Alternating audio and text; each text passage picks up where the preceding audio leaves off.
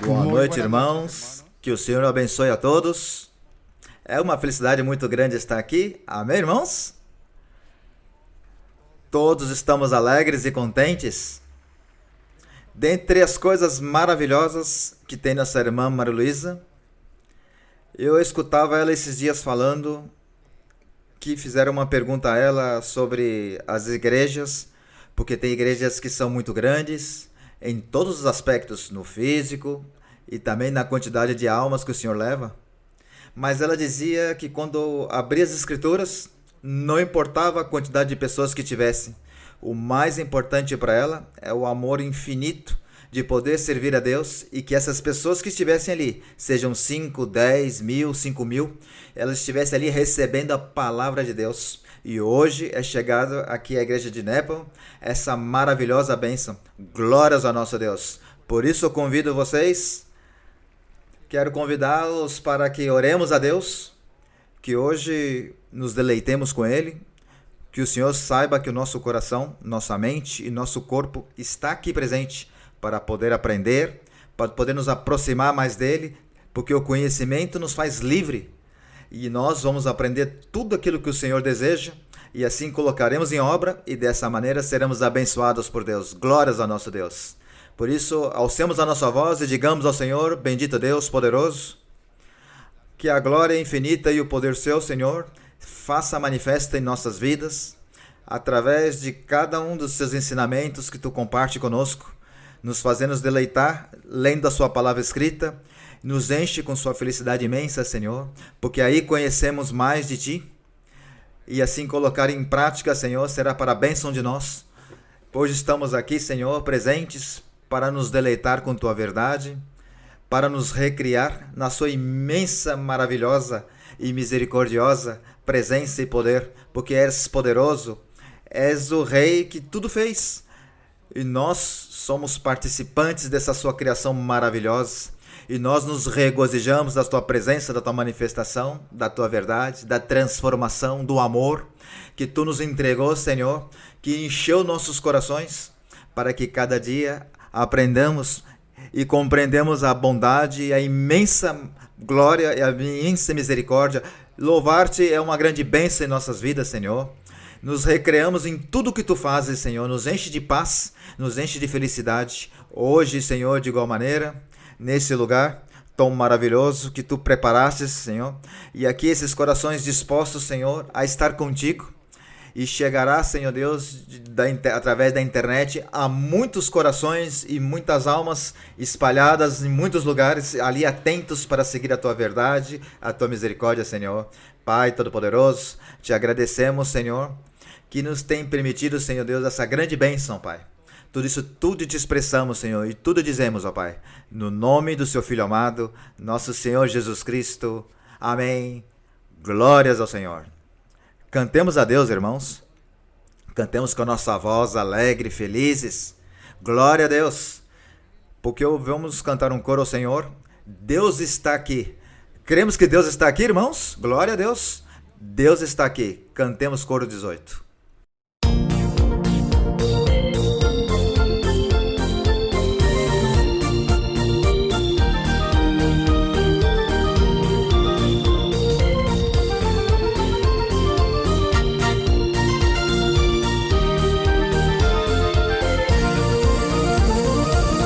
Está aqui, quão precioso é. Ele o prometeu, onde há dois ou três. Deus está aqui, quão precioso é. Ele o prometeu, onde há dois ou três. Fica aqui, Senhor, fica aqui, Senhor, fica aqui, Senhor, em cada coração. Fica aqui, Senhor, fica aqui, Senhor. Fica aqui, Senhor, em mim.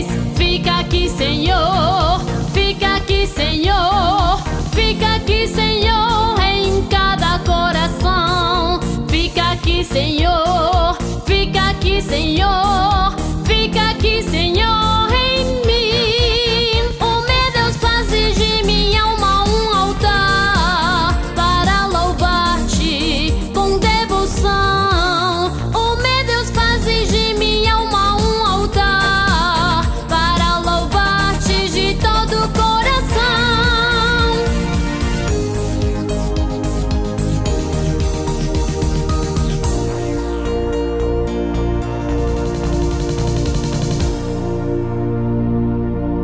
E a glória e a honra para o nosso Deus. Agora sim chegou o momento de aprender e entender toda a sua doutrina maravilhosa que o Senhor tem para todos nós essa noite. Nos deixa agora na companhia da nossa irmã Maria Luísa. Deus abençoe, irmã.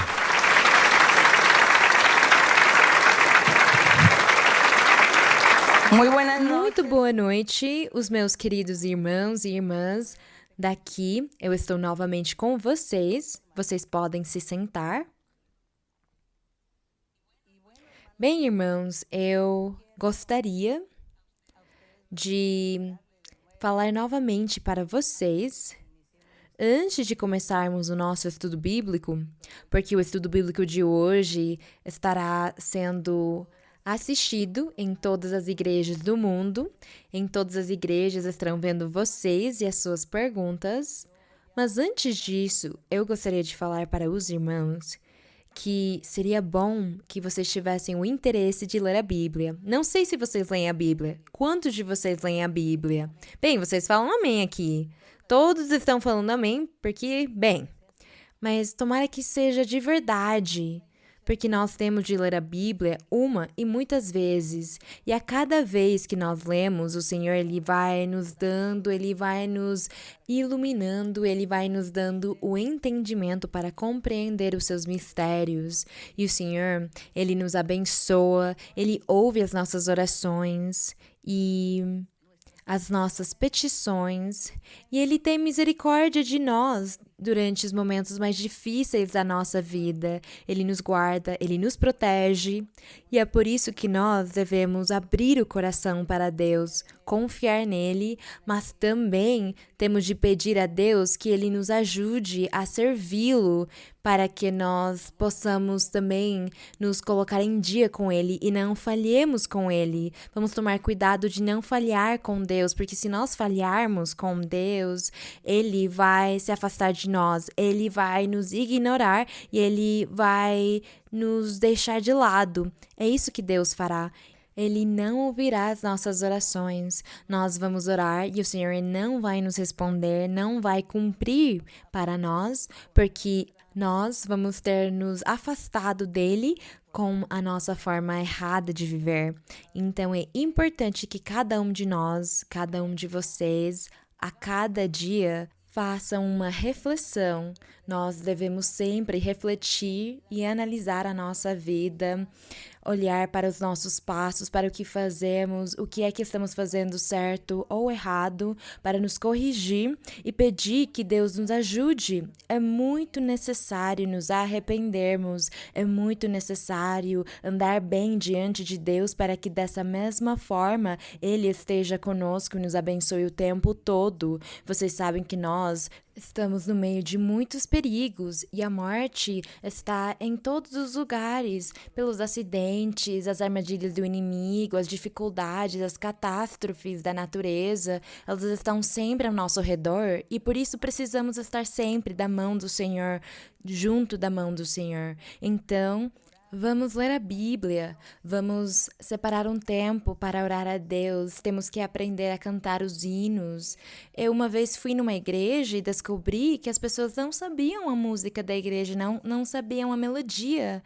Então, precisamos ouvir os hinos e os coros e memorizá-los para que quando vocês estejam louvando ao Senhor ou orando ao Senhor, vocês possam sozinhos cantar para Deus, porque Deus, Ele se agrada muito que nós cantemos diante dEle. Nós não somos cantores profissionais, mas o Senhor, Ele se agrada muito de nos ouvir cantar. Ele se agrada muito quando nós cantamos para Ele. E há muitos testemunhos a respeito das pessoas pessoas que oram, cantam a Deus e o Senhor, Ele está abençoando cada um deles. Então, eu acho que vocês desejam que Deus abençoe vocês, não é? Que Ele os abençoe, que Ele esteja do seu lado sempre, que Ele console vocês, que Ele fale com vocês, que Ele guie vocês e lhes diga o que fazer e como fazê-lo. Nós sempre pensamos, eu quero que Deus me oriente, me guie, o que devo fazer, faço ou não? Nós precisamos tudo isso da parte do Senhor. Então, vamos buscar o Senhor com todo o nosso coração. Nos afastemos das coisas erradas, das coisas desagradáveis, e vocês verão como Deus estará sempre conosco e vai nos abençoar. Bem, agora sim, vamos começar o nosso estudo bíblico nessa noite. E eu cumprimento todos os irmãos e as irmãs que estarão assistindo este estudo bíblico, porque eu sei que os irmãos aqui amam muito vocês. Então, Deus abençoe todos grandemente, muito obrigada, porque hoje nós vamos desfrutar no Senhor. E antes das perguntas, que eu sei que os irmãos aqui, eles têm as suas perguntas, mas antes disso, nós vamos ler uns salmos, nós vamos ler a Bíblia no Salmo 79. E assim, felizes, contentes, alegres no Senhor, alegres, felizes no Senhor, com o nosso coração para Deus, porque Deus ele está olhando para todos nós, para todas as pessoas. Deus olha, observa e Ele conhece todas as dificuldades, as tristezas, as alegrias, os pensamentos. Por isso nós não podemos nos esconder de Deus. E aqui no 79 diz, ó Deus, os incrédulos invadiram tua herança, profanaram teu santo templo, reduziram Jerusalém a escombros. Quando nós lemos este verso número 1 do Salmo 79, quando diz que as nações invadiram e profanaram a herança de Deus, a herança do Senhor, naquele tempo, voltemos para a antiguidade. Voltemos naquela época, quando Deus falou com Moisés, quando Deus ele formou um povo com os 12 filhos de Jacó, o povo de Israel. E Deus fez promessas maravilhosas para Moisés e ele esteve com o povo durante 40 anos no deserto. Depois o Senhor fez tantas promessas, quando ele prometeu para Samuel e ele prometeu para Davi que ele estaria escolhendo entre as 12 tribos de Israel, ele estaria escolhendo uma tribo para ele fazer o seu santuário, para que ele pudesse morar lá e se manifestar naquele lugar. E Deus estava falando de uma coisa física e material. Mas quando Deus falava do material, no futuro, ele estava prevendo o significado ou a figura simbólica que esse lugar físico teria, esse lugar onde Deus estaria morando, a tribo única que ele escolheria. Diz na Bíblia que ele escolheu a tribo de Judá e entre todas as cidades escolheu a cidade de Jerusalém. Entre as 12 ele escolheu Jerusalém. E lá ele ordenou que se construísse um templo, nós todos sabemos do templo de Salomão, e Deus disse que ele se manifestaria naquele templo. Com certeza, eu acho que em muito pouco tempo a palavra de Deus se cumpriu e esse templo se tornou o centro da manifestação de Deus e o povo tinha de ir lá glorificar a Deus, louvar a Deus, realizar os sacrifícios para honrar o nosso Deus. Contudo, ao se passar o tempo, o povo continuou no seu pecado, eles falharam com Deus. E como eles falharam com Deus, diz na Bíblia que começaram a surgir os falsos profetas, os reis foram atrás dos ídolos e eles começaram a fazer o que as outras nações faziam, crendo em feitiçarias, em bruxarias, em presságios e superstições e deuses, e eles abandonaram a Deus. E por isso, em Jerusalém, o templo de Salomão foi profanado, porque eles fizeram lá lugares para adorar os ídolos dentro do próprio templo. Eles levavam os ídolos até lá, adoravam eles, faziam orgias e coisas imundas. E dessa forma, eles profanaram um templo. Então foi aí que o Senhor disse que ele daria um fim nesse templo, que ele acabaria com a cidade de Jerusalém e ele daria um fim em tudo aquilo. E Deus, então, foi assim como ele provocou uma nação vizinha, algumas nações vizinhas, entre eles o reinado da Babilônia, para que eles fossem destruí-los. E isso aconteceu quando veio Nabucodonosor, o rei da Babilônia, destruir a cidade de Jerusalém e destruir o templo que Salomão fez.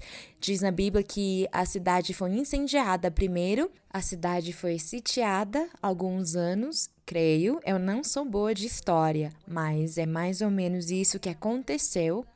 E dessa forma foi destruída a cidade, o templo, a herança de Deus, aquele lugar que Deus tinha dito que seria o lugar onde ele se manifestaria.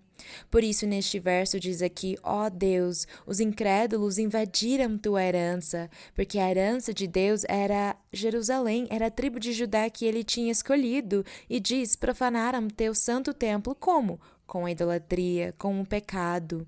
Se vocês querem saber tudo o que eles fizeram naquele templo, naquela época, leiam o livro de Ezequiel, o profeta. E nesse livro está nos contando toda a profanação, o pecado, tudo que eles fizeram. E o que realmente desagradou a Deus, porque eles menosprezaram o Senhor, e o Senhor se enraiveceu muito contra o povo, contra aquelas pessoas.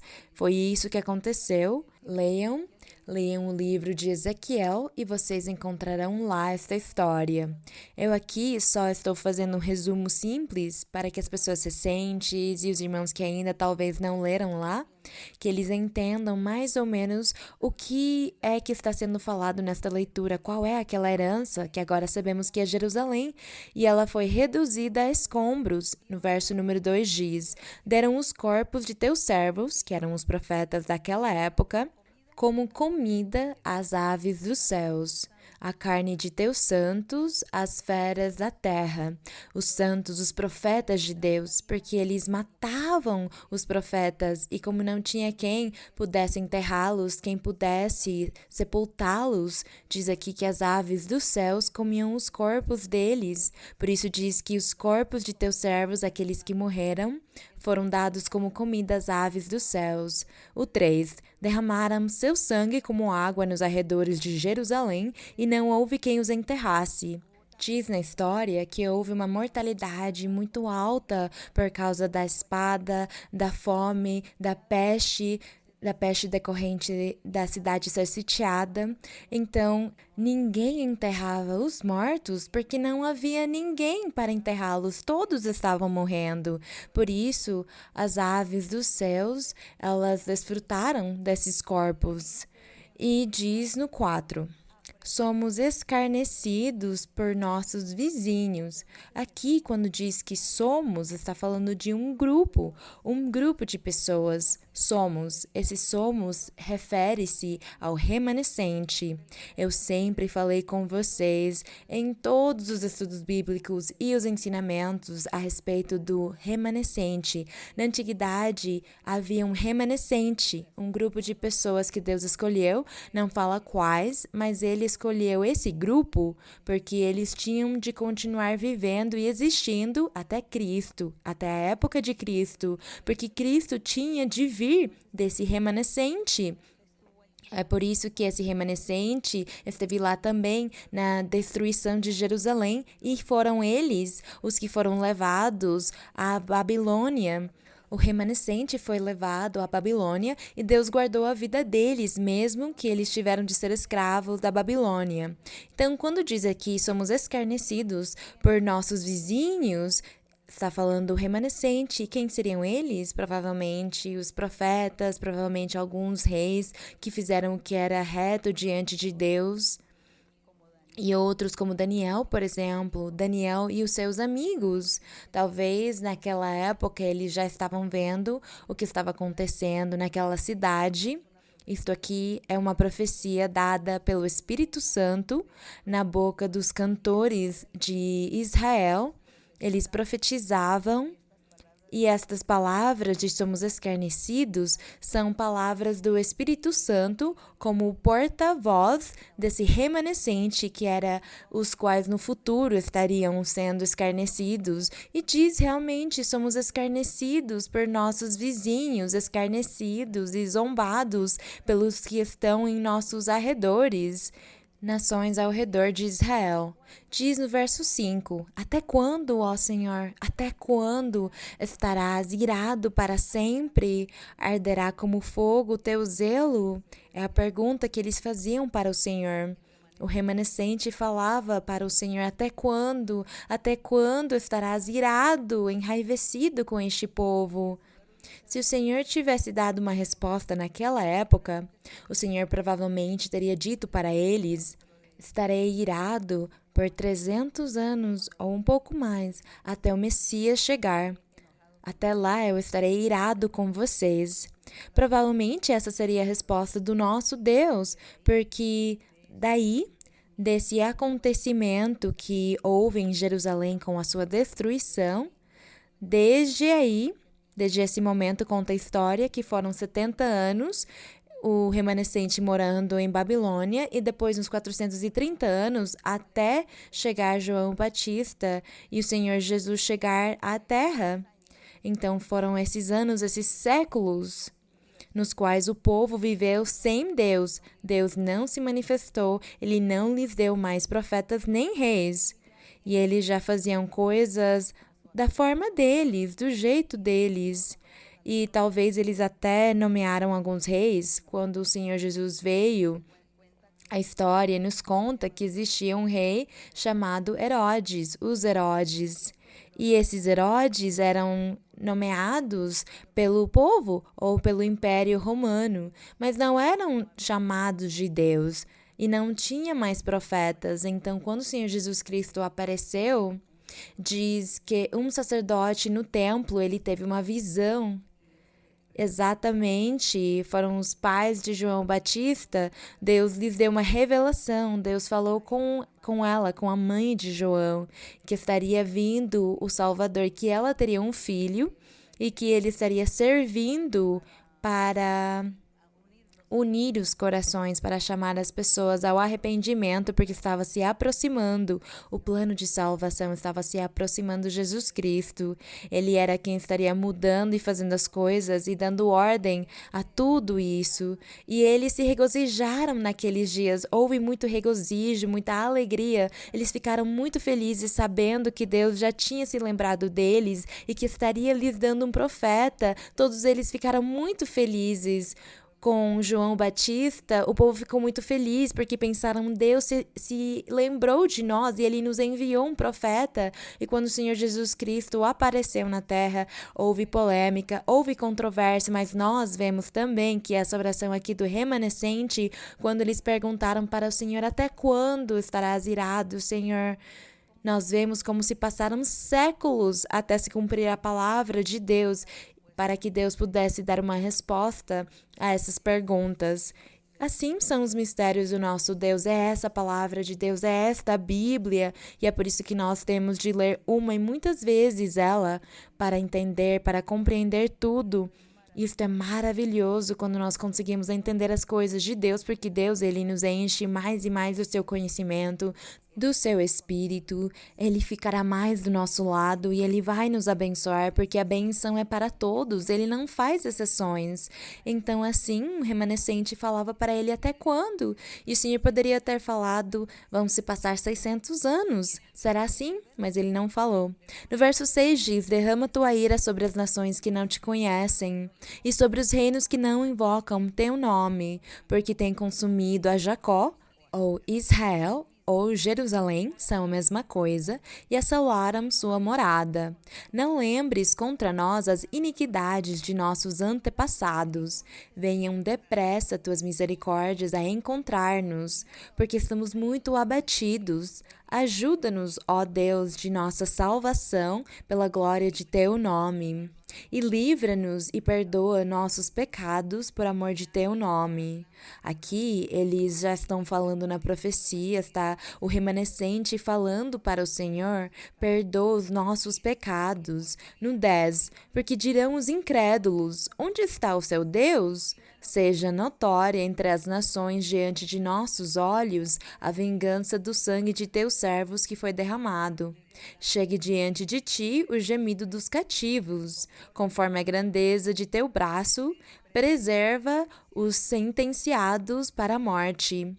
Mas esses sentenciados para a morte eram os físicos que estavam morrendo quando a cidade estava sitiada, mas também está representando a morte espiritual que estaria acontecendo daí em diante, quando o diabo tiraria a vida das pessoas espiritualmente, e todos eles ficariam mortos para Deus. E quando o Senhor Jesus Cristo pregou o Evangelho, ele falava com todo o povo que ouvia ele, e o Senhor disse para um deles, quando alguém lhe disse: Senhor, eu quero ir contigo, eu quero te servir, mas primeiro deixa que eu enterre os meus pais, deixa primeiro eles morrerem e eu poder enterrar eles e eu vou seguir o teu evangelho. E o Senhor lhe disse: deixa que os mortos enterrem os seus mortos. Todos eles estavam mortos porque eles estavam sem Deus e sem esperança. E uma pessoa que não tem a Deus, nós podemos dizer que ela está morta para Deus. Mesmo ela estando viva, ela está morta. Por isso, aqui também está falando dos sentenciados, dos presos do diabo pelo pecado, sentenciados à morte, a viver sem Deus. E no verso 12 diz: e faz recair sobre nossos vizinhos em seu seio 7 vezes mais de sua infâmia com que te desonraram, ó Senhor. Eles estão pedindo vingança para que Deus colocasse a sua mão e castigasse os que estiveram lá destruindo a herança do nosso Deus. E o remanescente disse: eles nos destruíram, eles acabaram conosco, eles nos tiraram da nossa terra. Senhor, tem misericórdia. Mas é que o Senhor tinha ficado irado nesse tempo com o povo porque eles não fizeram a vontade do Senhor. E hoje em dia, nós somos a igreja do Senhor, somos físicos, mas realmente o sentido da igreja ou o sentimento de sermos a igreja de Deus é espiritual, é uma coisa abstrata, não é física. Hoje, quando falamos da igreja do Senhor, não estamos falando aqui da parte física, do teto, das paredes, do redor. Porque diz na Bíblia que a igreja é a reunião de corações de homens e mulheres que amam verdadeiramente a Deus. É essa a igreja. Então a igreja é um sentimento, não é uma coisa física que pode se tocar. Por isso hoje nós não temos de nos preocupar pelos templos X, um templo luxuoso e super exclusivo, onde todo mundo tenha que ir somente lá, um só lugar no mundo. Não. Porque essas igrejas que o Senhor tem nos permitido são os lugares que nós precisamos para sermos uma congregação e todos nos reunirmos a louvar a Deus. E então aqui o Espírito Santo se manifesta entre nós. Então são lugares, lojas, salões, como quisermos falar. Mas a igreja, na verdade, é espiritual. A igreja é um símbolo, é um sentimento onde Deus mora. Até mesmo não é no nosso coração físico, é no nosso coração espiritual, é na nossa personalidade. É a nossa personalidade que tem que se tornar o templo de Deus, a igreja do Senhor. Então é por isso que nós aqui, diz no verso 12, eu vou ler novamente: faz recair sobre nossos vizinhos em seu seio 7 vezes mais de sua infâmia com que te desonraram, ó Senhor. E nós, o teu povo e ovelhas de teu pasto, aqui o remanescente está falando, nós te daremos as graças para sempre. Mas é que esse remanescente também está representando a igreja, porque Jesus Cristo, ele veio do remanescente e ele é a cabeça da igreja. O Senhor Jesus, ele é a cabeça da igreja. e o restante das pessoas são o corpo de Cristo Jesus. Então, este remanescente está falando para o Senhor: nós somos o teu povo e ovelhas de teu pasto. E nós hoje dizemos para o Senhor o mesmo, que nós somos as ovelhas dele, que nós somos o seu povo. E diz: nós te daremos graças para sempre. De geração em geração cantaremos teus louvores. Aqui está nos indicando que as coisas de Deus não têm fim, elas continuam. Aqui, Deus, Ele nos usa, Ele nos escolhe e somos matéria, somos físicos. Só que um dia essa matéria vai morrer, vai chegar no seu fim. Porém, nós continuaremos vivendo para Deus. E se continuamos vivendo para Deus, então continuaremos louvando o seu nome e glorificando o seu nome. E é por isso que diz que nós somos tuas ovelhas, somos o teu povo e te daremos graças para sempre, de geração em geração. Os louvores serão para sempre. É essa a nossa esperança, é nossa alegria, é a felicidade que nós temos, o sentirmos que somos ou fazemos parte do remanescente que existiu há muitos anos, muitos séculos atrás. E que hoje podemos dizer que somos a igreja, o povo do Senhor. Mas um povo, como eu disse para vocês, nós somos um povo espiritual, porque o povo de Deus, ou a igreja do Senhor, é mais um sentimento do que uma coisa material ou física.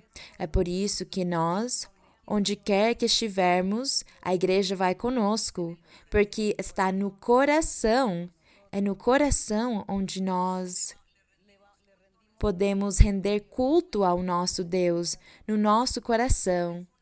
Uma vez, uma irmã, ela ia na igreja, mas o seu esposo proibia ela de ir.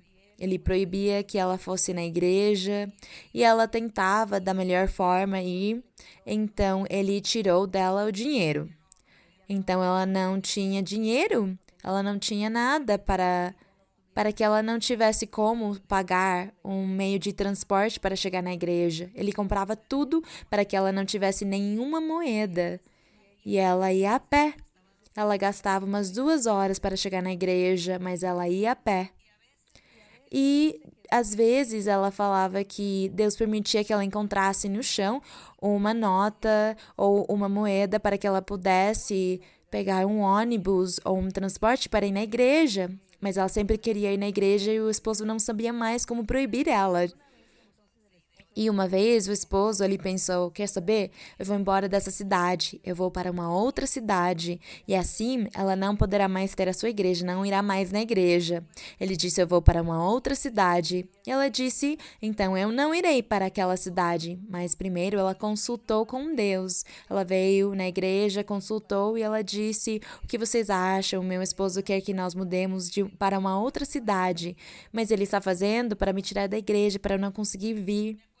Eu me lembro que essa vez fui eu quem tive a oportunidade de profetizar para ela. Eu profetizei para ela e o Espírito Santo lhe disse: faz essa viagem, muda para essa cidade onde seu esposo quer te levar e não se preocupa pela igreja, porque a igreja ela vai contigo. Eu não entendi o que ele disse. E, bem, ela ficou feliz de Deus ter aprovado a viagem dela, mas eu não entendi quando ele disse: não se preocupa pela igreja, porque a igreja vai contigo. Não sei, eu não entendi. Aconteceu que eles foram para aquela cidade, morar lá, e aos poucos tempos começou a igreja nessa cidade, e ela foi uma das primeiras crentes lá. E aí se cumpriu a profecia que a igreja ia com ela, no coração dela. Depois nós conseguimos compreender que é no coração. E a igreja começou lá naquela cidade. E o esposo dela, então, ele esteve uns 3 anos morando nessa cidade e falou: vou numa outra cidade onde a igreja não está para tirar esta mulher da igreja. E eles mudaram para uma outra cidade. Mas ela já sabia que a igreja ia junto com ela.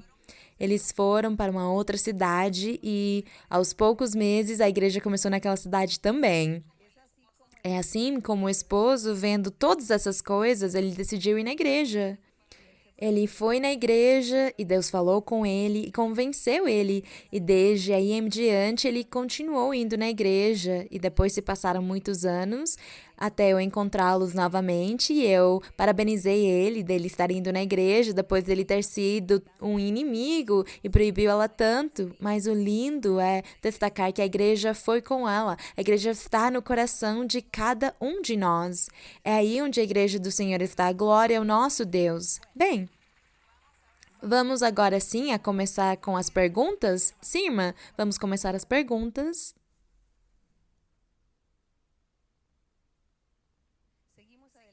Vamos continuar com uma outra pergunta. Irmã Maria Sim, Luísa, que o irmão. Senhor abençoe. Sim.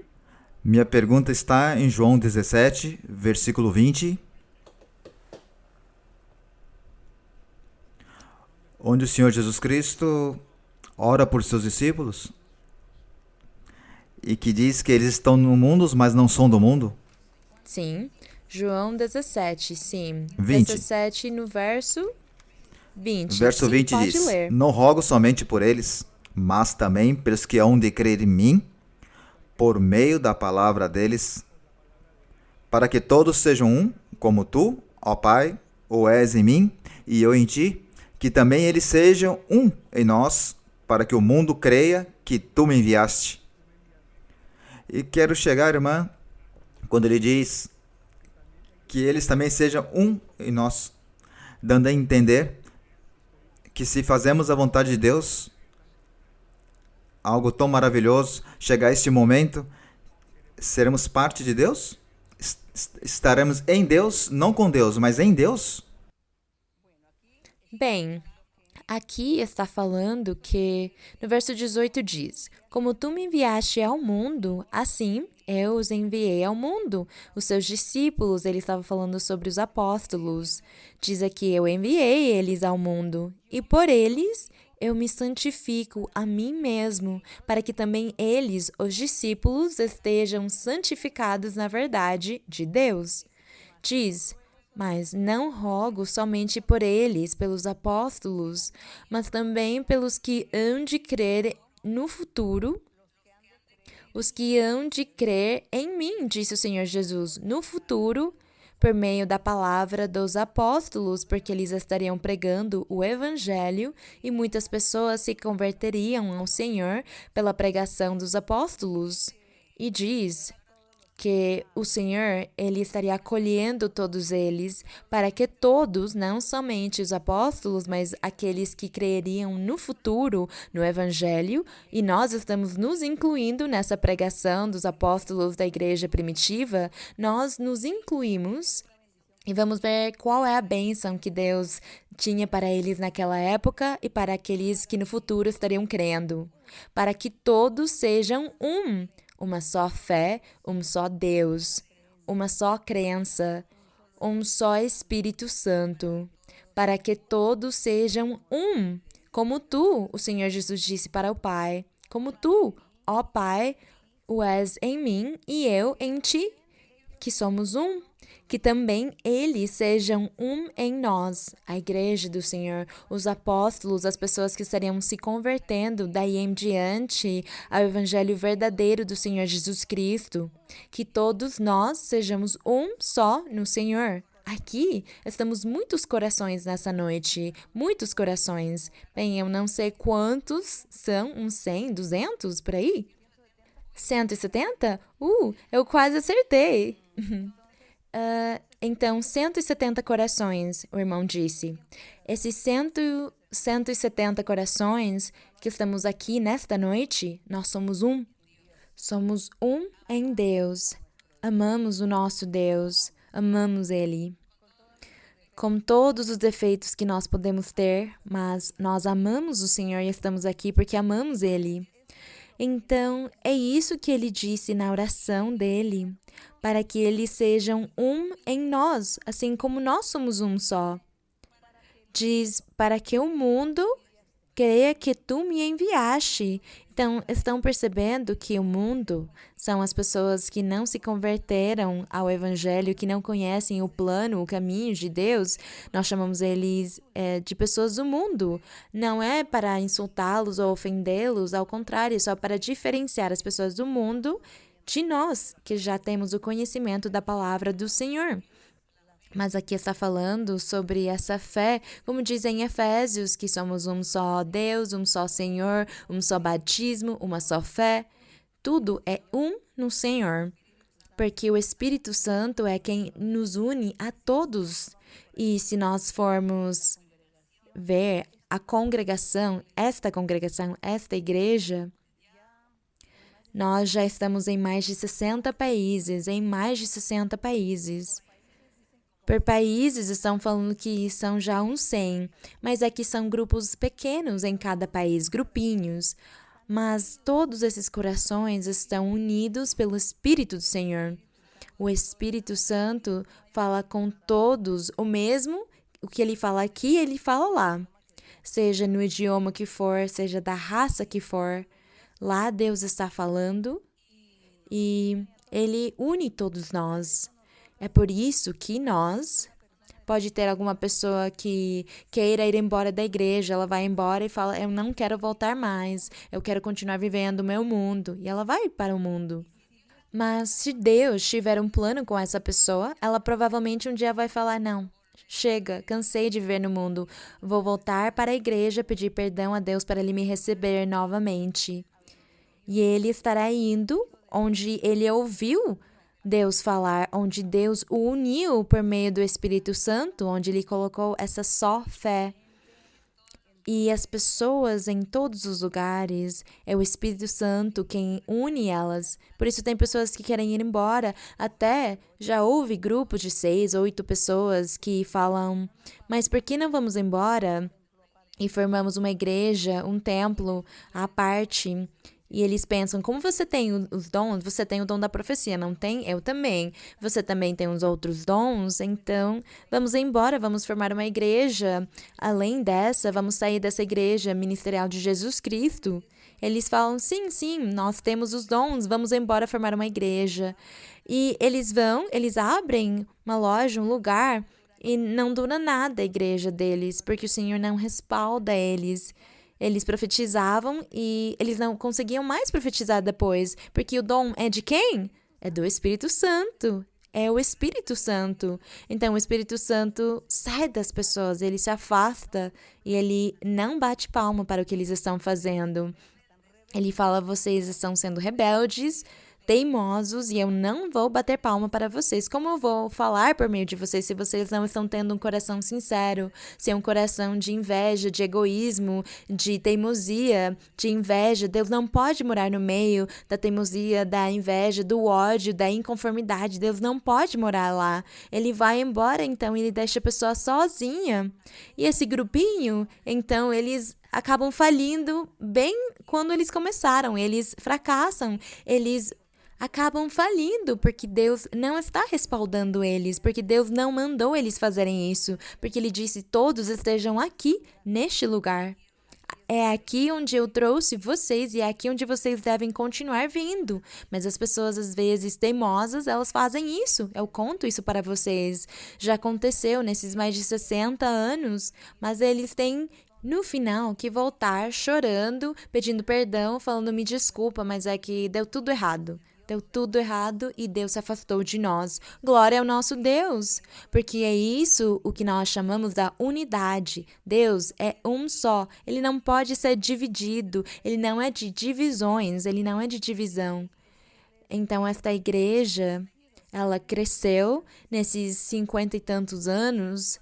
Começamos só 4 pessoas e hoje há umas 1.500 igrejas em mais de 60 países. As pessoas têm esta alegria, essa bênção de Deus estar lá, dele se lembrar deles também, na África, na Ásia. E lá as pessoas, o Espírito Santo fala com elas e fala para elas que ama elas, que vai abençoá-las Deus é muito amoroso, Ele é um só, Ele é o Deus da união. O Senhor Jesus, Ele estava certo, você e eu somos um só, e que todos estes e os que crerão no futuro sejam um, como eu e você somos um só. Glória ao nosso Deus, é isso o grande e maravilhoso e o diferente da nossa igreja, da qual nós nos sentimos orgulhosos de fazer parte desta igreja onde Deus juntou todos nós. O Senhor faz de cada um de nós ovelhas do seu pasto, porque Ele é o nosso pastor divino. Ele é o nosso pastor divino.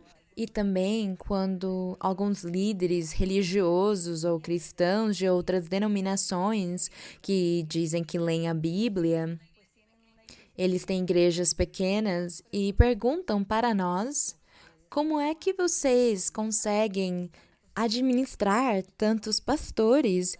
Quantos pastores é que há na igreja de vocês? E eu disse, bem, eu acho que pode ter uns 10.000 pastores, talvez, ou mais. E ele disse, como você faz para conseguir submetê-los, para conseguir que eles respeitem, valorizem e obedeçam? E eu disse, nada, é Deus, nós fazemos nada. Quem vai conseguir dominar quem? Vocês estão vendo? Qual ser humano que conseguiria dominar um outro ser humano? Não é possível. Quem vai mandar sobre a vontade de uma outra pessoa?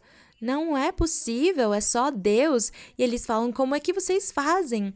Uma vez um deles falou para mim, na minha igreja há 500 crentes, mas eu tenho tantos problemas e eles criam tantas divisões que daí eles saem, eles vão fazer e formar igrejas independentes e eu não tenho conseguido dominá-los, eu não sei como vocês fazem, como é que vocês fazem?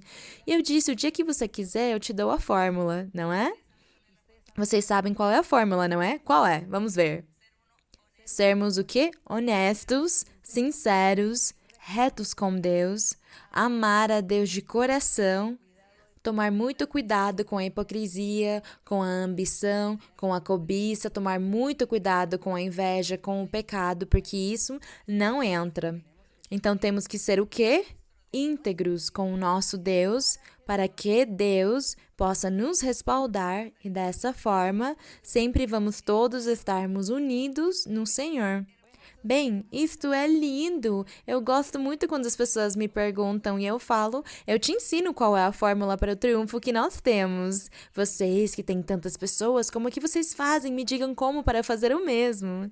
Bem, agora eles aprendem a doutrina, porque eles estão aprendendo doutrina, eles vão na internet assistir os nossos ensinamentos, porque eles gostam muito do que eu ensino, e que eles estão aprendendo para fazer o mesmo nas suas igrejas. E eu falo, claro, façam isso nas suas igrejas, mas primeiro sejam sinceros para que Deus possa respaldá-los, porque se vocês não forem sinceros, se forem ambiciosos, não vai dar certo, porque por mais doutrina que possam aprender, não vai servir de nada, porque precisam também do respaldo de Deus. Bem, é isso o mais lindo que Deus ensina para nós. Ele nos ensina a viver uma vida reta que Ele quer que nós vivamos.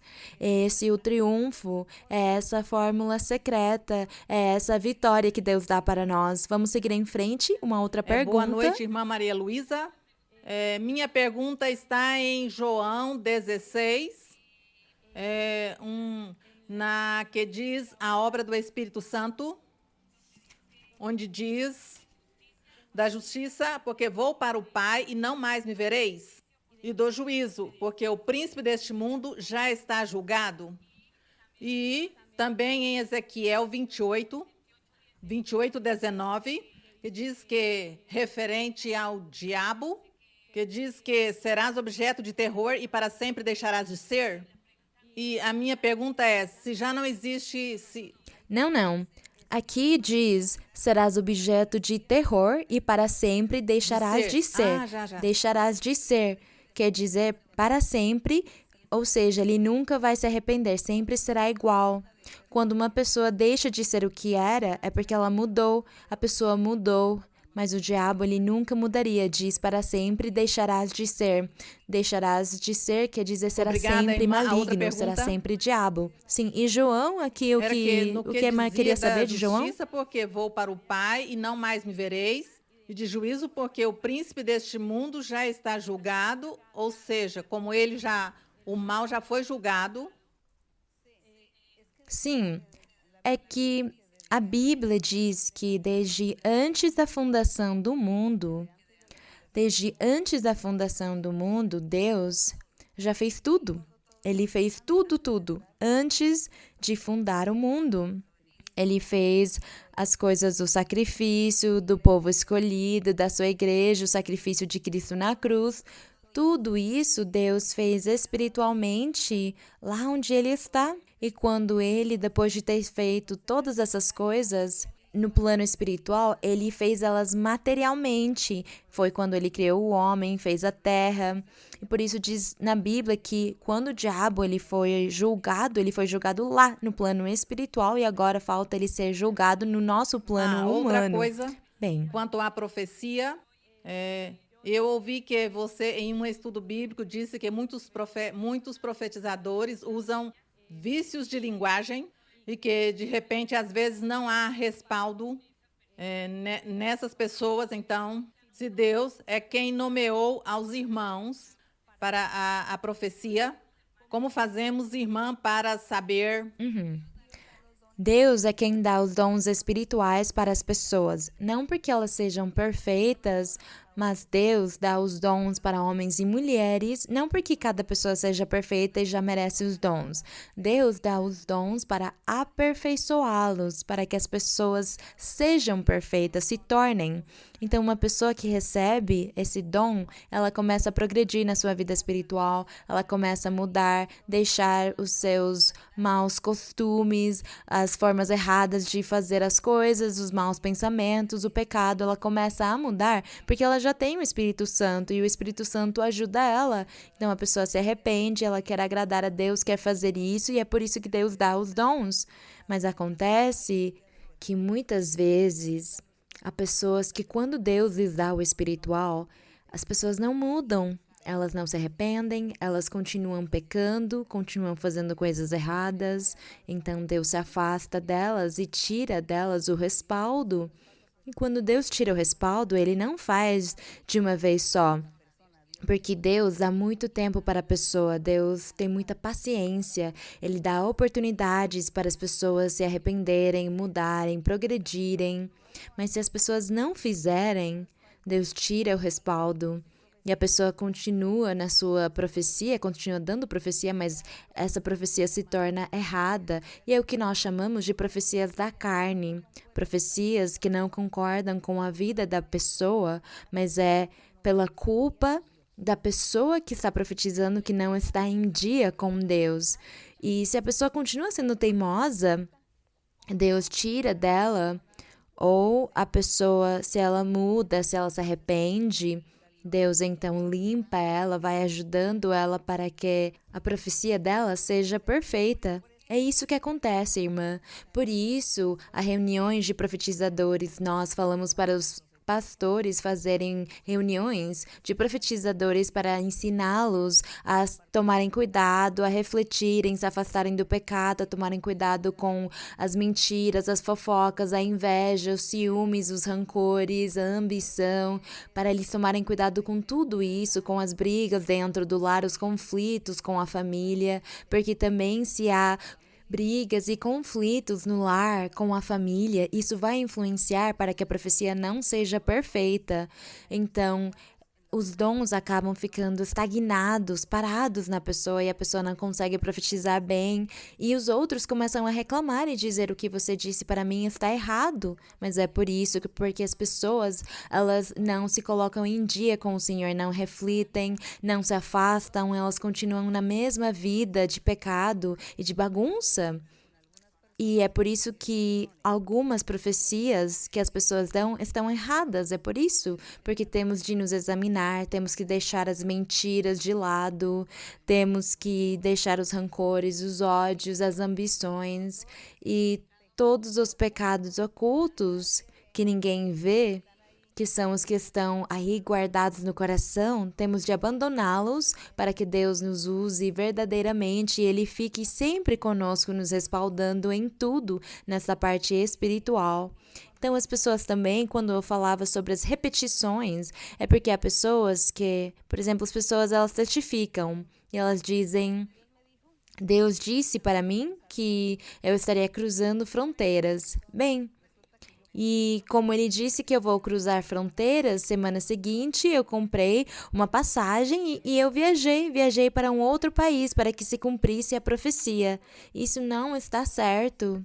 Bem, quando a pessoa testifica isso, por exemplo, Deus me disse que eu estaria cruzando fronteiras e uma semana depois eu estava viajando para um outro país. Quando os outros profetizadores, eles ouvem isso, eles começam a imitar. Mas eu estou falando dos profetizadores que estão andando mal diante de Deus, aqueles que não têm refletido e não têm se colocado em dia para andar bem diante de Deus. Eles ouvem esse testemunho, eles pensam, vou profetizar o mesmo.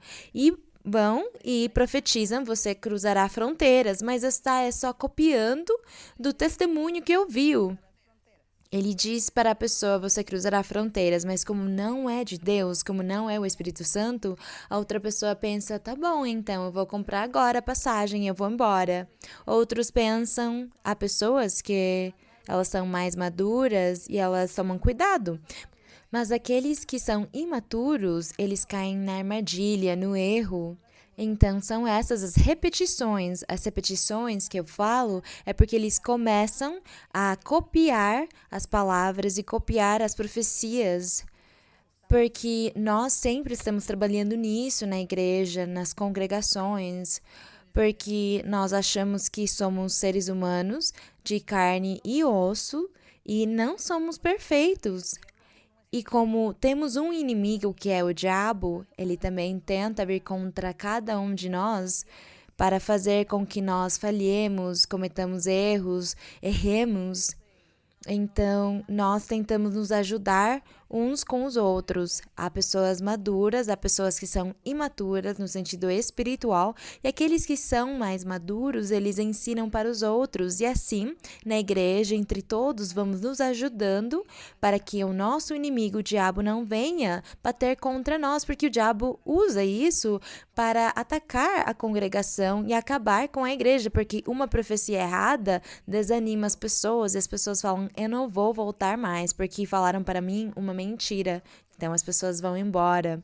Por isso nós temos sempre de estar atentos, alertas, orando, repreendendo, corrigindo as pessoas, falando para elas, toma cuidado, se examina, veja, você está andando errado e Deus por isso tirou o seu respaldo, tomara que Deus te use verdadeiramente. É esse o nosso trabalho diário em todas as congregações, é nisso que nós, todos os pastores, trabalhamos, nos esforçamos uns com os outros, nos ajudamos para que tudo ande da forma correta e poder ganhar do inimigo a batalha. Mas não vamos nos desanimar, porque quando Deus está conosco, Ele nos ajuda, Ele é mais poderoso e nós vamos conseguir triunfar contra o inimigo, porque o diabo, ele quer acabar a igreja usando exatamente o mesmo, as fraquezas das pessoas para que as profecias, os sonhos e as visões não sejam corretas.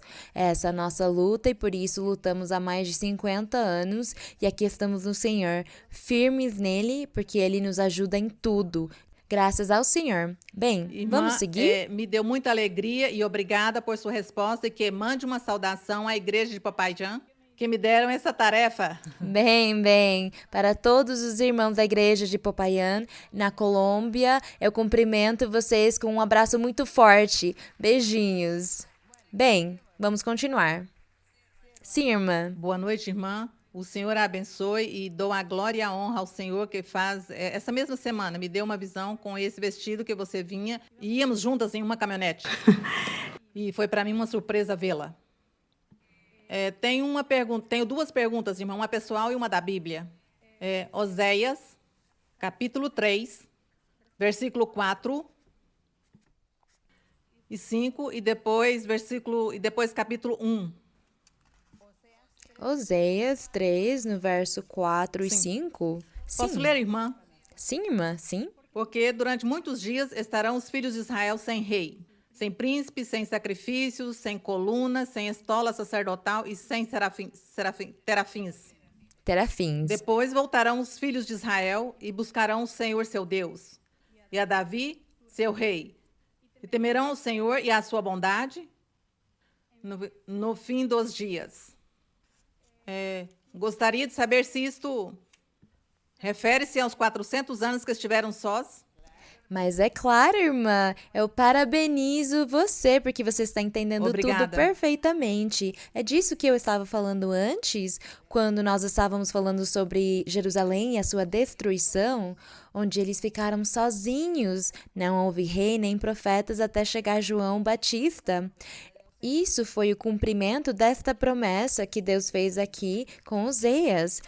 Porque durante muitos dias, quer dizer, muitos anos, estarão os filhos de Israel sem rei, sem príncipe, sem sacrifício, sem coluna, sem estola sacerdotal. Quer dizer que nem do bom nem do ruim. Eles não estavam nem buscando a Deus, nem com a idolatria, porque eles tinham caído na idolatria, mas diz aqui que nem nisso eles se ocupariam mais. E que depois desses dias, que seriam séculos, ou esses anos, diz, depois voltarão os filhos de Israel.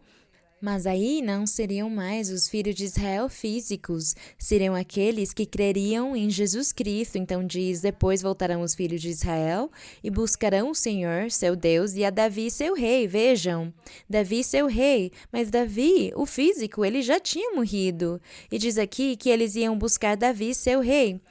O físico, ele já tinha morrido, mas estariam buscando aquele Davi espiritual, a figura simbólica que ele representava, que era o Senhor Jesus Cristo. Então diz a Davi seu rei, que é o Senhor Jesus Cristo, e temerão ao Senhor e à sua bondade no fim dos dias. Bendito seja o Senhor, porque diz que o evangelho, ele continua até o fim, até a eternidade vai ser o evangelho de Cristo. E depois deste evangelho não haverá mais momentos, não há mais etapas, não há mais planos de salvação. Esse aqui é o último plano de salvação. O segundo plano de salvação é o Evangelho do Senhor Jesus Cristo. Então, aqui está falando dessas profecias. É isso que nós hoje estamos vivendo no verso 5. Desfrutando do nosso rei Davi, do nosso Senhor, desfrutando dele. Tem outra Sim. no capítulo 4, Sim, irmã, com sua permissão. Capítulo 4 de Oseias? 4, versículo 4. Que nada entre em contenda, nem censure nada, porque teu povo é como os que contendem com o sacerdote. Se pode explicar-me este versículo, por favor?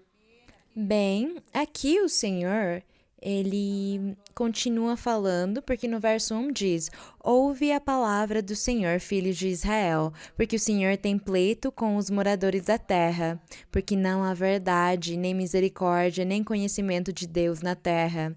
Está se referindo a que todos estavam falhando com Deus e nenhum tinha conhecimento de Deus, cada um fazia o que melhor achava, não buscavam a Deus, portanto Deus tampouco se manifestava na vida deles. Eles andavam sem o conhecimento de Deus. Diz, perjuram, mentem, matam, adulteram, oprimem e cometem homicídios atrás de homicídios. O Senhor, ele estava listando todos os pecados deles, tudo o que eles faziam. Por isso diz no 3, todavia escurecerá a terra e se enfraquecerá todo morador dela. Quando diz escurecerá a terra, é porque está aqui mencionando que viria o castigo, a destruição de Jerusalém. E diz, com as bestas do campo e as aves do céu, e assim os peixes do mar morrerão. E aconteceu assim, que nada entre em contenda, nem censure nada. Aqui está falando, quem censuraria ou repreenderia uma outra pessoa se todos estavam andando no mesmo pecado? Não tinha ninguém para repreender o outro. Por isso diz que nada entra em contenda, nem censure nada, porque teu povo é como os que contendem com o sacerdote. Todos eles eram desobedientes, eram teimosos. Então está aqui falando sobre o castigo que estaria dando para eles quando o rei da Babilônia chegasse para destruir. E tudo que acabou acontecendo com Israel e Jerusalém e com o templo de Salomão, tudo isso se cumpriu também. Então, essas aqui são profecias para aquela época, profecias também para o futuro, como o que nós lemos no verso 5 do capítulo anterior, que é o que nós estamos vivendo irmã, no Senhor. Obrigada. Eu queria Bem, fazer uma pergunta pessoal sobre a prova, irmã. Eu li várias vezes seu livro de vivências. Eu sei que você não gosta de falar de suas coisas pessoais, mas agradeço ao Senhor que você relatou em seu livro muitas das coisas que você passou. Eu quero saber.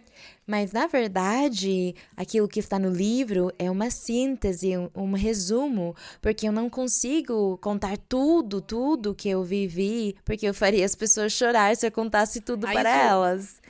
Mas, então, eu fiz um resumo também para cuidar de ganhar a imagem de muitas A pessoas. isso me refiro, irmã, porque a mim o Senhor tem como 3 anos o Senhor provando-me muito forte.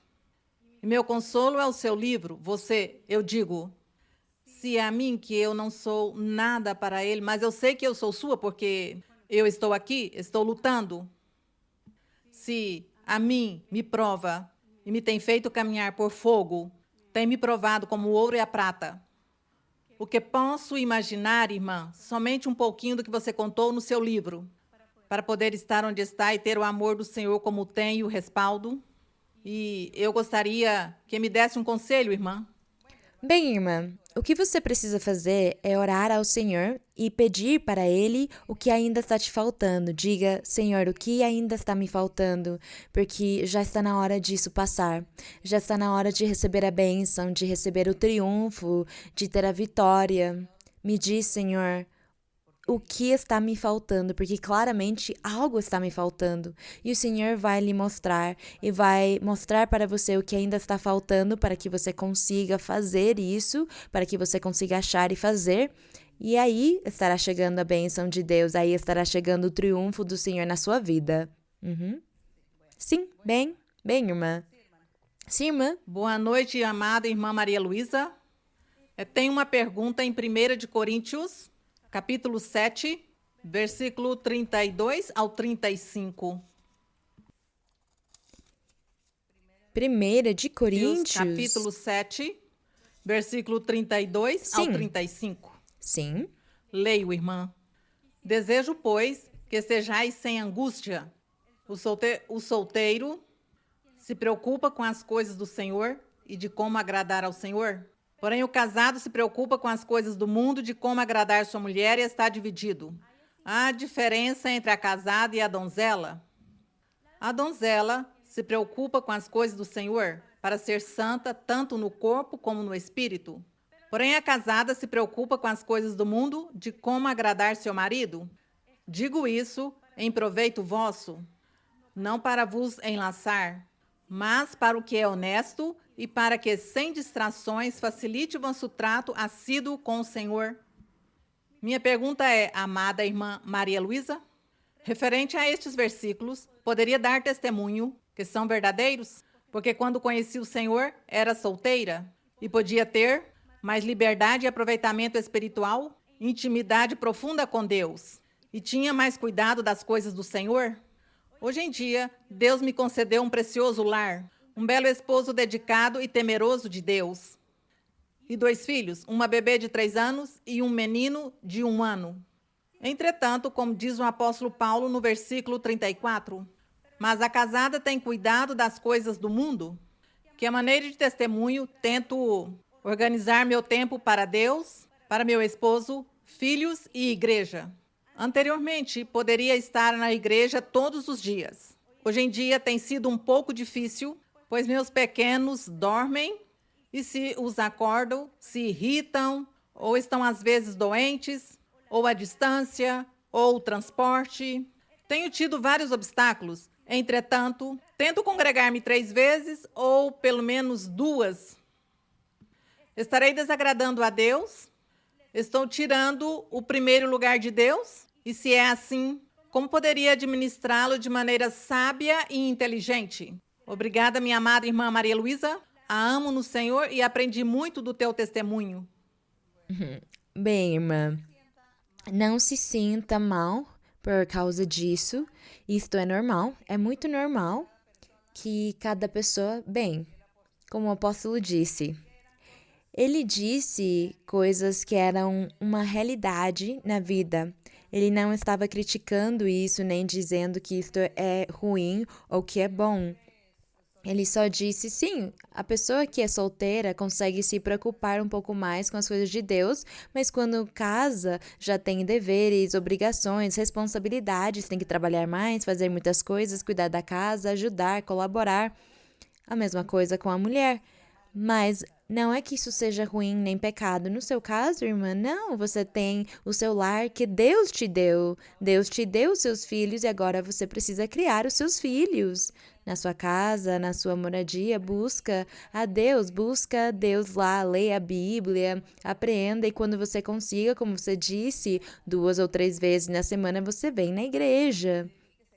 E dedique-se a criar os seus filhos. E no dia que você já não tenha mais essa responsabilidade de criar os seus filhos, porque eles já forem grandes, você consegue aprofundar mais e buscar mais os dons em perfeição para que Deus possa te usar e fazer o trabalho na igreja que Deus tem para você. Mas isso é normal. Deus sempre com as mulheres. Uma vez nós estávamos reunidos, um grupo de pessoas meditando no Senhor, falando de Deus, e o Senhor deu revelações para algumas pessoas, para cada um ele ia falando uma coisa, e tinha uma irmã que, enquanto Deus dava revelações para os outros, ela não recebia nada, e ela pensava, Senhor, não vais me dizer nada? Quando veio a revelação para ela, de repente, Deus disse, você primeiro precisa criar os seus filhos. Crie os seus filhos e depois você poderá se dedicar a buscar as coisas de Deus e aperfeiçoar os seus dons espirituais. Ela ficou muito surpresa e feliz e ela falou, eu somente estava pensando porque eu vi que Deus estava falando com todos e não comigo e eu pensei, o que você tem para mim? E o Senhor lhe disse, crie os seus filhos primeiro, cria eles primeiro e depois você poderá se dedicar às coisas de Deus. É isso. O apóstolo aqui não está dizendo que é bom, que é ruim, mas é só a realidade que nós vivemos e que as coisas devem ser assim. Mas temos que continuar buscando a Deus em casa também. Em casa nós podemos buscar a Deus. Mas não se sinta mal por causa disso, porque já chegará a sua hora de trabalhar para Deus. Boa noite, Sim. irmã. Agradeço a Deus, primeiramente, que a tenha trazido aqui, porque é uma promessa do Deus vivente, irmã. Minha pergunta está em 1 de Coríntios, capítulo 6, onde diz, irmã, atreve-se alguns de vós, tendo assunto contra o outro, a ir a juízo diante dos incrédulos e não diante dos santos? Não sabeis vós que os santos hão de julgar o mundo? Se o mundo há de ser julgado por vós, sois indignos de julgar os casos menos importantes? Não sabeis vós que havemos de julgar os anjos? Quanto mais as coisas dessa vida? Minha pergunta está neste capítulo 3, irmã. Sim, no verso 1 diz que irá a juízo diante dos incrédulos e não diante dos santos, não é? Aqui faltou a palavra dos injustos, porque as pessoas iam diante dos injustos para obter justiça ao invés de ir na igreja. O verso Mas no verso 3 diz, o quê? O verso 3 diz, não sabeis vós que havemos de julgar os anjos? Quanto mais as coisas dessa vida? Como os filhos de Deus julgam um assunto, irmã? Para a edificação da igreja e para que nós nos aproximemos do Deus vivente e também das instruções com seus filhos que estão capacitados para Sim. julgar, irmã. Aqui, esses 2 versos onde o apóstolo está falando, naquela época, nós, pelo que lemos, o povo de Israel foi uma nação e eles tinham juízes, não é? O povo todo, nós tínhamos entendido que era o povo de Deus, a nação inteira, as 12 tribos, os 12 estados, eles eram a nação de Deus e todos eles tinham os seus juízes e as pessoas iam diante dos juízes para obter justiça. Neste caso, aqui no momento onde o apóstolo está falando essas coisas com a igreja, nesse momento eles estavam sendo governados pelo Império Romano. Portanto, eles não tinham mais essas prioridades de ter juízes do seu próprio povo de Israel para que fizessem justiça com eles.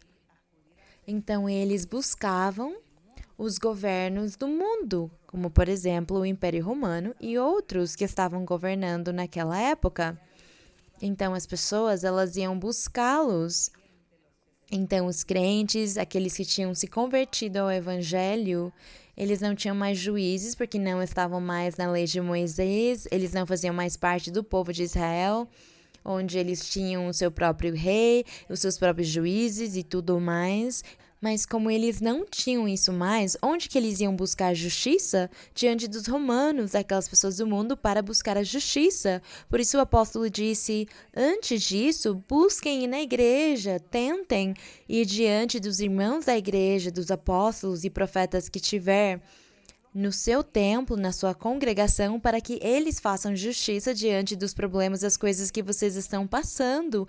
Busquem eles, para eles fazerem justiça antes de buscar o mundo, porque não é possível que vocês busquem no mundo que façam justiça entre os filhos de Deus. Então, aqui no verso 3, ele disse, não sabeis vós que nós, como crentes da igreja, como igreja de Jesus Cristo, vocês não se lembram que vocês julgarão os anjos? Mas quais anjos? Aqueles que se rebelaram, porque diz na Bíblia que haverá um juízo final que ainda não chegou, e nesse juízo final diz que os anjos que se rebelaram contra Deus, o principal sendo o diabo, com todo o seu exército, eles se rebelaram contra Deus, e eles estão na escuridão e nas trevas que Deus preparou para eles no dia do juízo, e diz aqui que a igreja do Senhor Jesus Cristo, os crentes, julgarão esses anjos. É isso que diz em Apocalipse.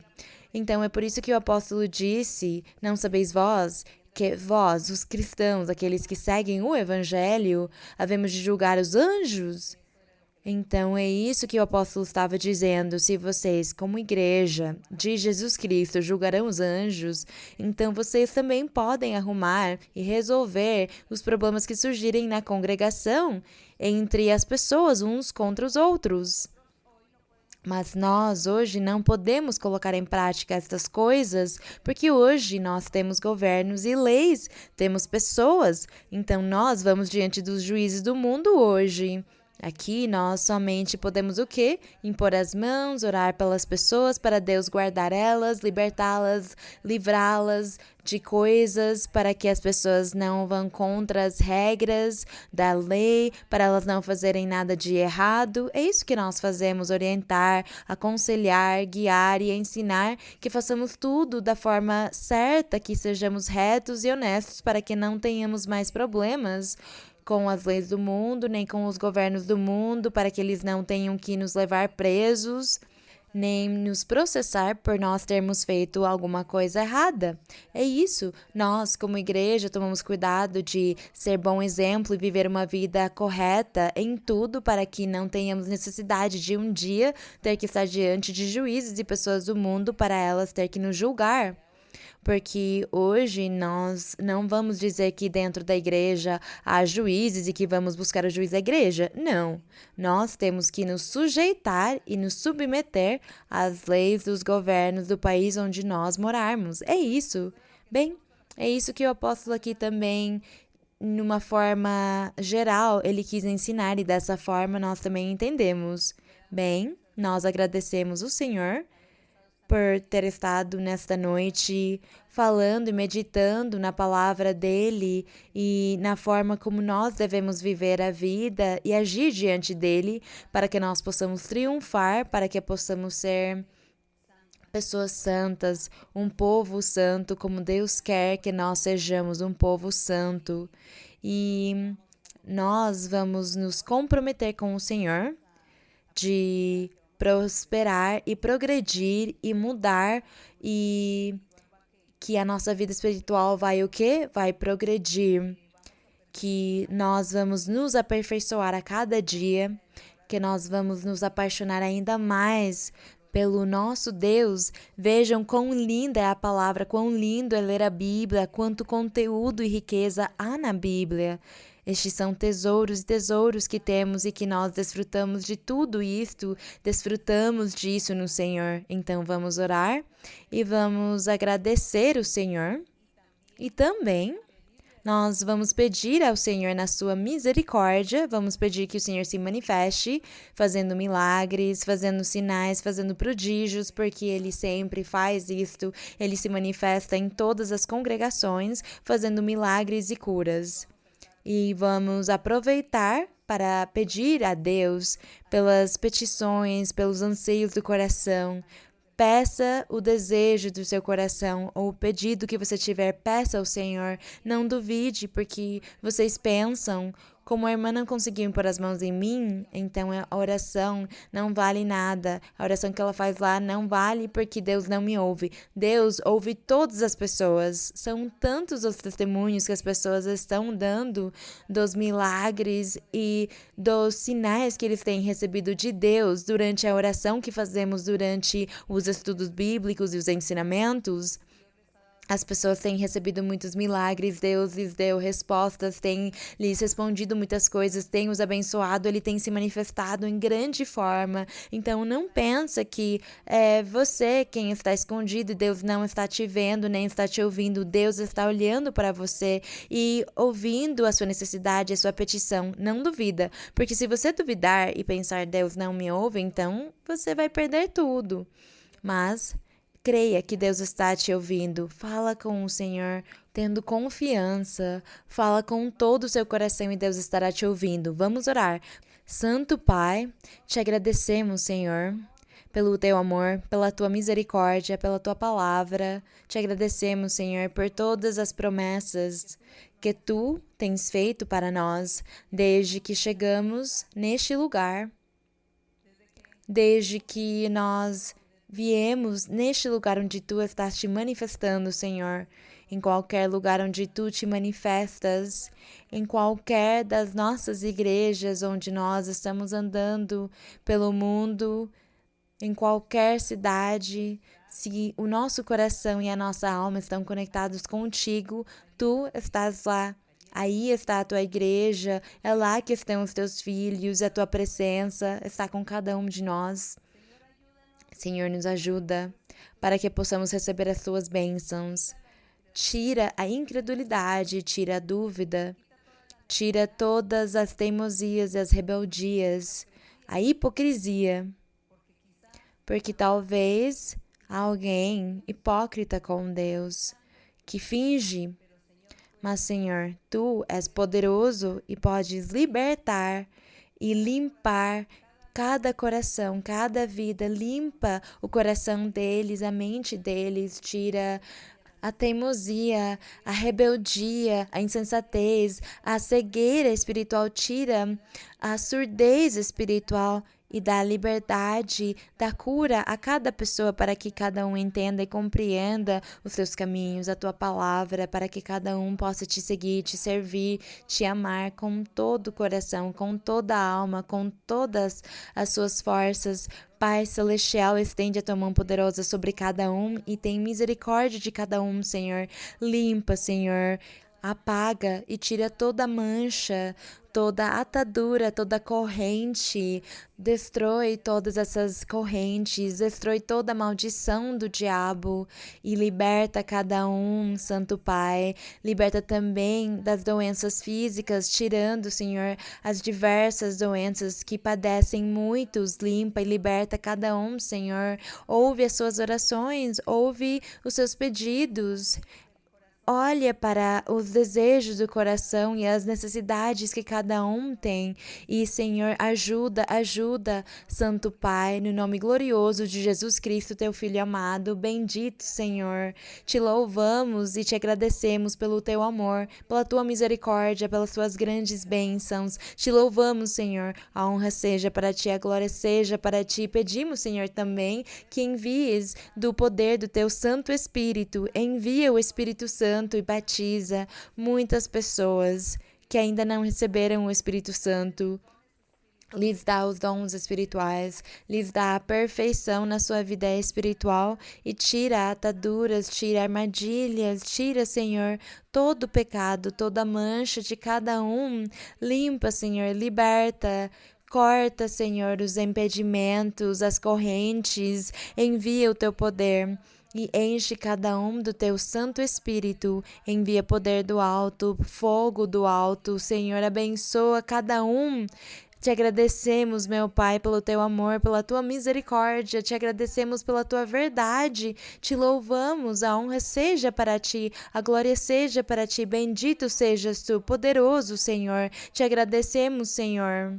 Limpa os nossos corações, limpa os corações, a mente, nos purifica, Senhor, tira as manchas, nos guarda das armadilhas do inimigo, nos guarda das armadilhas do maligno, das tentações do inimigo, tira as fraquezas da carne, ajuda cada um de nós, Senhor, a viver uma vida santa e reta diante da tua presença.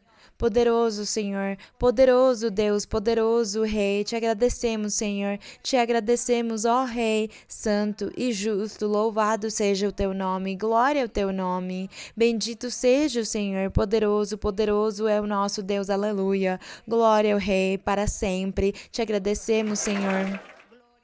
Glória ao Senhor, glória ao meu Senhor, glória a Deus, aleluia. Aceite en mi lámpara, Señor, pon aceite en mi lámpara, Señor, que yo quiero servirte con amor, pon aceite en mi lámpara, Señor, Señor Jesús, tú eres mi guía, Señor Jesús, tú eres amor, salvaste mi alma perdida, por eso te alabo con el corazón, salvaste mi alma perdida, por eso te alabo con el corazón, con el corazón, con el corazón.